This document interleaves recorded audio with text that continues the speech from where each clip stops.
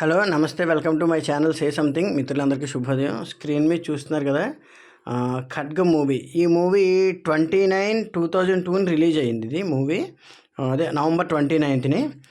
So ఈ movie గురించి వాళ్ళు కొన్ని విశేషాలు చెప్పుకుంది. వాళ్ళు నవంబర్ 29 కదా. ఈ మూవీకి డైరెక్టర్ కృష్ణవంశీ గారు, స్టోరీ స్క్రీన్ ప్లే కూడా కృష్ణవంశీ గారే. అలాగే డైలాగ్స్ మాత్రం సత్యానంద్ గారు రాశారు. ఉత్తేజ్ గారు కూడా కొన్ని డైలాగులు రాశారు ఇందులో. సో ఇద్దరు కలిపి రాసిందని చెప్పేసి మనకి స్క్రీన్లో కూడా ఉంటుంది. సో ప్రొడ్యూసర్ వచ్చేమో అదే నిర్మాత శంకర మధుమురళి గారు. స్టారింగ్ వచ్చేసి ఇంకా శ్రీకాంత్ గారు, రవితేజ గారు, ప్రకాష్ రాజ్ గారు, సోనాలి బెంద్రే గారు, సంగీత గారు, కిమ్ శర్మ గారు అండ్ ఇంకా ఏవో కొన్ని క్యారెక్టర్లు ఉన్నాయి బయట అవన్నీ. అయితే ఈ సినిమా గురించి చెప్పుకోవాలంటే దీనికి ఫోటోగ్రఫీ వచ్చి ఎస్కేఏ భూపతి, ఎడిటింగ్ వచ్చి శ్రీకర్ ప్రసాద్ గారు, మ్యూజిక్ దేవిశ్రీ ప్రసాద్ గారు. ఎక్సలెంట్ మ్యూజిక్ ఈ సినిమాలో. తర్వాత దీని గురించి చెప్పుకోవాలి అంటే విషయం, టెర్రరిజం మీద తీయబడిన సినిమా ఇది. టెర్రరిజం మీద తీయబడిన సినిమా ఎందుకంటే ఈ రోజున చూస్తుంటే ఏ దేశంలో అయినా సరే టెర్రరిజం పెరిగింది తప్ప తగ్గలేదు. తగ్గిందని మనం అనుకుంటున్నాం, అది అండర్ కరెంట్గా ఎప్పుడు అలాగే ఉంటుంది. ఎందుకంటే చాలామంది చదువుకొని పిల్లల్ని తీసుకొని వాళ్ళకు ఉండే ఆర్థిక అవసరాలను ఆసరాగా చేసుకొని, ఈ కులం మతం అని లేదు, మన దాంట్లోనే ఉన్నారు వాళ్ళ దాంట్లోనే ఉన్నారు, ఇక్కడ వాళ్ళు వస్తున్నారు వీళ్ళు వస్తున్నారు కదా, అది ఆ బేసిక్ మీద తీయబడిన సినిమాయే అయినా ఆ చదువుకొని కుర్రవాళ్ళని మత ఛాందస్వాదాలను దగ్గర అడ్డం పెట్టుకొని ఆ పిల్లలకి ట్రైనింగ్లు ఇచ్చి, అక్కడికి వెళ్ళి బాంబు వేస్తే మీకు ఇంకా ఎక్కువ డబ్బులు వస్తాయి, అక్కడికి వెళ్ళి ప్రజలను చంపితే ఇంకా డబ్బులు వస్తాయని ట్రైనింగ్ ఇవ్వటం, వాళ్ళని టెర్రరిజం వైపు మళ్లించడం. ఇది మంచిది కాదండి, ఆ ప్రాంతం మంచిది కాదండి, ఈ ప్రాంతం మంచిది కాదంటాం. ఇక్కడికి వెళితే ఇలా జరిగిపోతుంది, అక్కడికి వెళ్తే మీకు అన్యాయం జరిగిపోతుంది, మీ ప్రాంతంలో మీకు అన్యాయాలు జరిగిపోతున్నాయని వాళ్ళని బెదిరించడం, బ్లాక్మెయిల్ చేయడం, గట్టిగా మాట్లాడితే వాళ్ళ ఫ్యామిలీని చంపేస్తామని బెదిరించడం. ఆ విధంగా వాళ్ళని ట్రాప్లోకి లాక్కుని అక్కడి నుంచి ట్రైనింగ్ ఇవ్వటం చూసాం మనం. చాలా వరకు ఐసిస్ లాంటి సంస్థలను చూసాం. ఐసిస్ అయితే ఏకంగా ప్రపంచాన్నే ఊపేసింది. దాన్ని కంట్రోల్ చేసేదాకా నానా బాధపడ్డారు చాలామంది. ఇంకా కంట్రోల్ అవ్వలేదు, బట్ ఏంటంటే ఇప్పుడు అండర్గా ఉందంతే. ఇప్పుడు చాలా తీవ్రవాద సంస్థలు అండర్గా ఉన్నాయి. బట్ వీళ్ళకి ఏముండదు, అతివాద బుర్ర ఉంటుందన్నమాట. అంటే ప్రతిదానికి వాదించడం బుర్ర నుంచి ఆ తీవ్రవాదం పుడుతుంది. తీవ్రవాదం అంటే ఏంటి, మనం వాదించేదానికి ఇంకా ఎక్కువగా వాదించడం.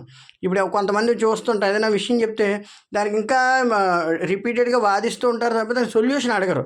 ఆ విధంగా ఉండే పిల్లల్లో ఆత్మపరిశీలన చేసుకోలేని పిల్లల్ని, అలాగే ఏదైనా సొల్యూషన్ వెతుక్కోలేని పిల్లల్ని, కోపంలో ఉన్న పిల్లల్ని అటువైపుకి లాగుతారు అనమాట. అదిగో సమస్య అక్కడ ఉంది, వాళ్ళే నీకు ఇలా చేసేస్తున్నారు వాళ్ళు బెదిరించడం. అలాగే వాళ్ళని ఏదో ఒక ట్రాప్లోకి చెప్పి, అదిగో వాళ్ళ వల్ల నీకు అన్ని జీవితంలో అయిపోయింది, వాళ్ళని ఏదో ఒకటి చేసేయని చెప్పి వాళ్ళని ఇంకా ప్రోత్సహించడం అన్నమాట.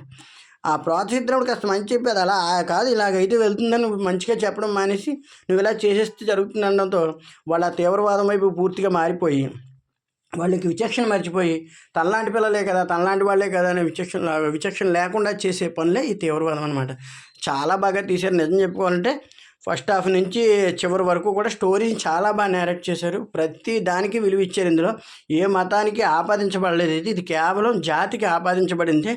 జాతిని ఎలా మేల్కొల్పాలి, జాతిలో పిల్లల పట్ల ఎలా మార్పులు తీసుకురావాలి. ప్రకాష్ రాజ్ గారు ముసల్మాన్ క్యారెక్టర్ చింపేశారు నిజంగా పట్టుకొని.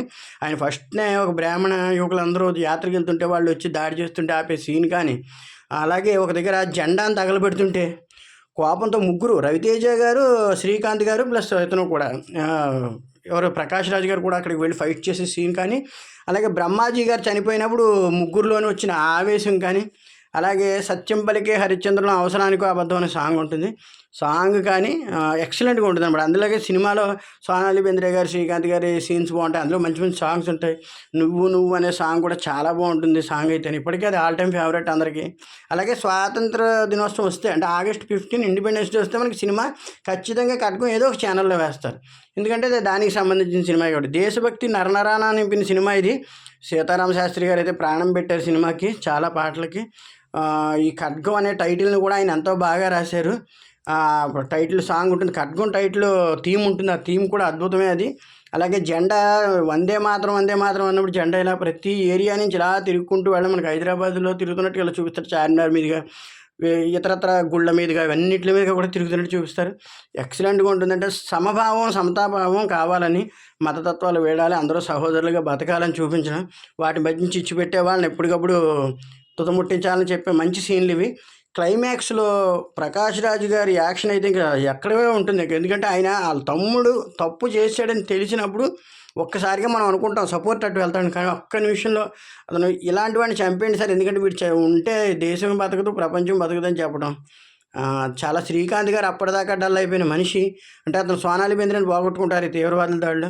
అటువంటిది ఆయన ఇతనిలో ఆ భావాన్ని వెతుకుతుంటారు వీళ్ళు. ఇతను కూడా దానికి సంబంధించిన వాడే కదా, మరి ఇతనిలో కూడా ఆ భావం ఉందని. కానీ తమ్ముడిని ఎప్పుడైతే చంపేమని అతను చెప్పాడో అతనిలో ఉన్న దేశభక్తి అతనికి తెలుస్తుంది.